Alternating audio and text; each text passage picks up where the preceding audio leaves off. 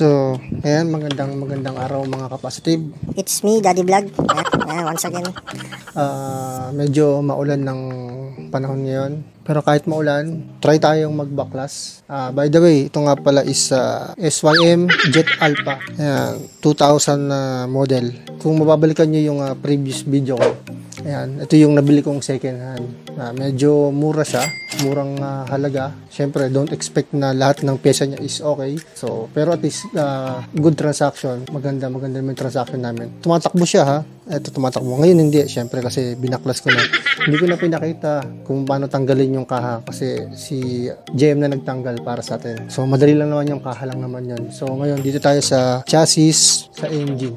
Ayan. So, sa ngayon ang gagawin natin is titignan natin yung mga babaklasin din. Titignan natin kung papapalitin na ba siya or pwede pang remedyohan. So, itong restoration ko, gagawin natin siyang matipid. In a way na pag kaya pa yung pyesa, i-restore natin. Pero pag hindi, papalitan na ng bago. Pero sa tingin ko, konti lang naman ang nakikita ko sa ngayon. Dahil ito. Nahubad na siya? Hubad na yung chassis niya. Ayan. Bali, ayan, kung makikita niyo dito sa side na to, yung wiring niya, medyo spaghetti. Ayan. Mukhang yan ang major problem niya sa ngayon. Tinanggal ko na rin yung airbox niya para at least visible yung carburetor niya kung palitin ba hindi. Pero mukhang okay naman. So, tara, samahan nyo ako. Evaluate natin isa-isa yung mga dapat palitan o pwede pang remedyohin. Okay. A few moments later. So, ayan mga ka-positive, talagang ilang araw na rin nag-uulan. By the way, yun, nakikita nyo yung naka-plastic na yun. Yun yung mga play rings niya. Ayan, so, doon ko muna nilagay kasi medyo masikip dito sa gawaan natin. Ayan, so, mabalik tayo ngayon sa evaluation. Evaluation ng topic. So, ngayon, umpisahan ko muna sa handle. Tingin ko ito palitin na. Then, yung brake master niya, although kumakagat pa naman siya, pero, ayan, kung makita nyo, yung play niya is sobrang konti na. Ito lang naman ang makikita dyan, brake master, tsaka lever. Sa lever niya, functional pa naman, ito yung gumagana pa, pero yung lagayan ng side mirror hindi na maganda. Loose thread na. Ayan. So pagdating naman sa kable, pababa na tayo. Sa kable okay naman. By the way, ito nga pala yung ignition switch, hindi ko na lang napakita. Yung ignition switch niya is kinonvert ko na. Ito yung binili ko kaya RHM. Yan, pang Honda Wave. So, bago na yan kasi nasira yung nakakabit sa kanya. Pero good yan, umaandar yan. Yan, baba tayo dito. Ayan, kita nyo naman. Oh no! Medyo Spaghetti. Salasalabat. Yung wiring niya. So, ito, tingin ko ito yung pinakamadugong restoration niya. So, mababa naman tayo sa T-post, wala namang problema, konting lang, pintura, liha. Then sa gulong niya, syempre palitin na yan. Sa mags niya, tape rin siya as stock. Mukhang okay pa naman, konting linis lang. Disc brake niya, konting linis siguro. Then i-check ko yung bearing. Ayan, kung makikita nyo naman yung kasi nga nag-uulan, medyo may konting kalakalawang siya.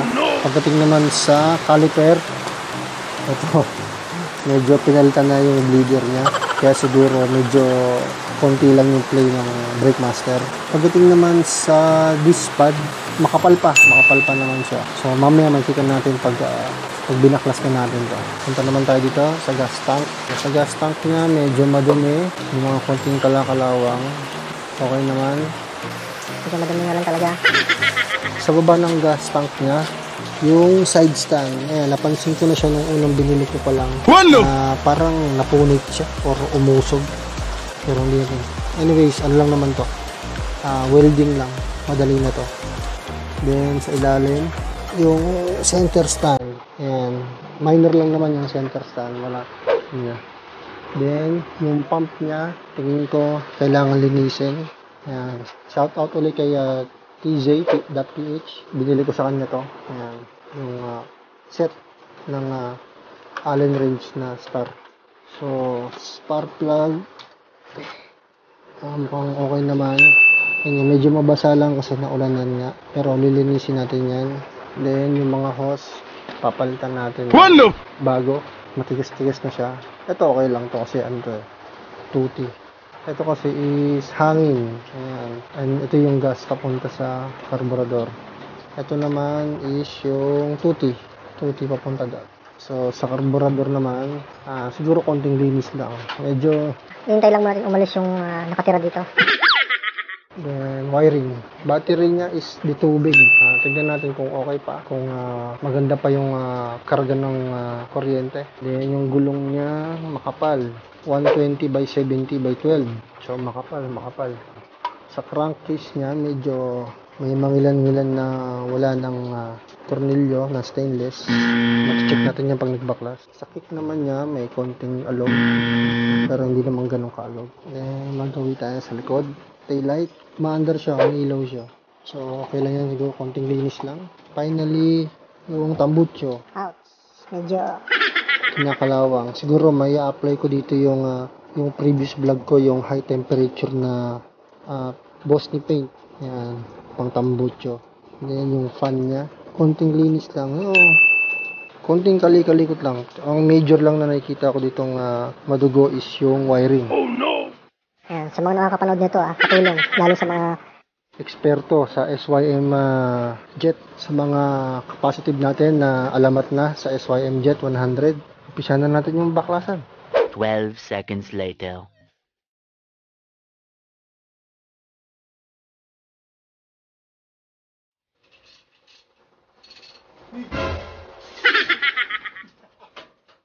putik yan. May bisita pa pala ako. Kala ko malis ka na, be. Hey.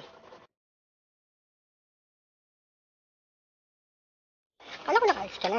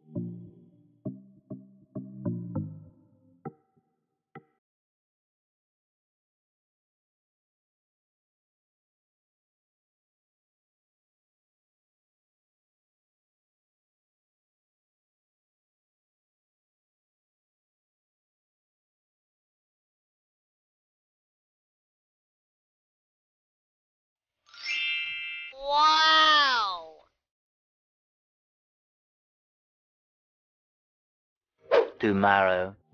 Continue ko na yung baklasan serye. Bali, ito na lang tatanggalin.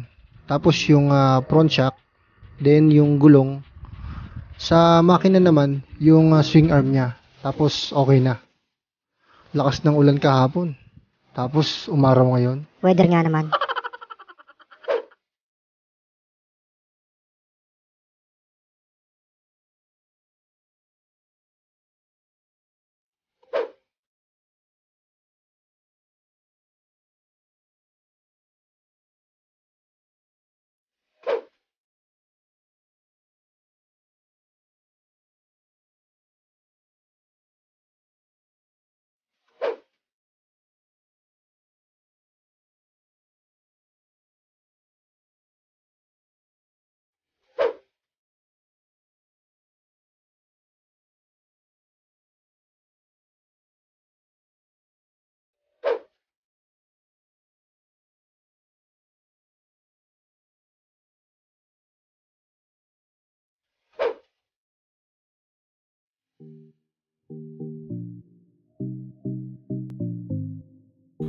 Habang nagbabaklas mga ka-positive, samantalahin ko na to.